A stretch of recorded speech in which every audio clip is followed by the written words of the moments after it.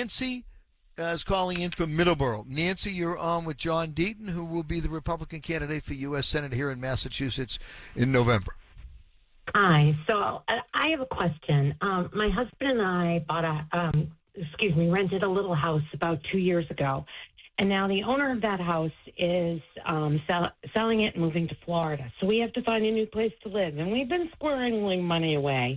But we still can't afford to buy a house. In fact, we can barely afford to rent. And we have really good jobs.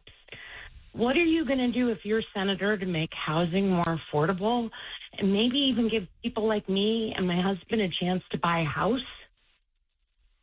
Thank you, Nancy, for that question. Housing, healthcare, electricity, probably the top three affordability economic issues facing the Bay State.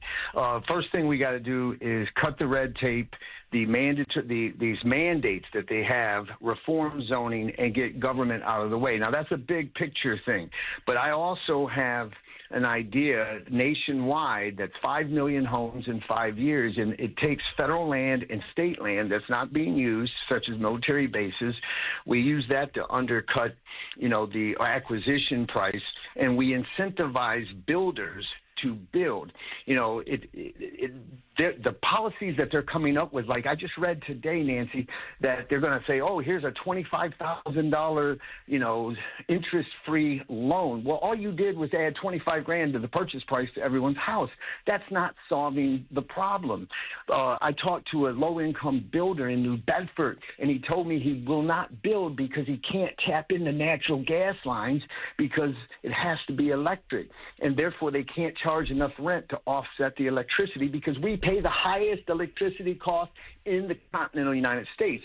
And so that's why I said we need a senator in Washington to fight for the federal funds. The taxpayer dollars we send to Washington, we got to get back as much of that, and we can get that in low-income housing credits, the number one driver of housing construction in the United States. Lower the electricity prices, cut the red tape, the mandates, reform zoning. If we take that approach, we will be able to solve that problem.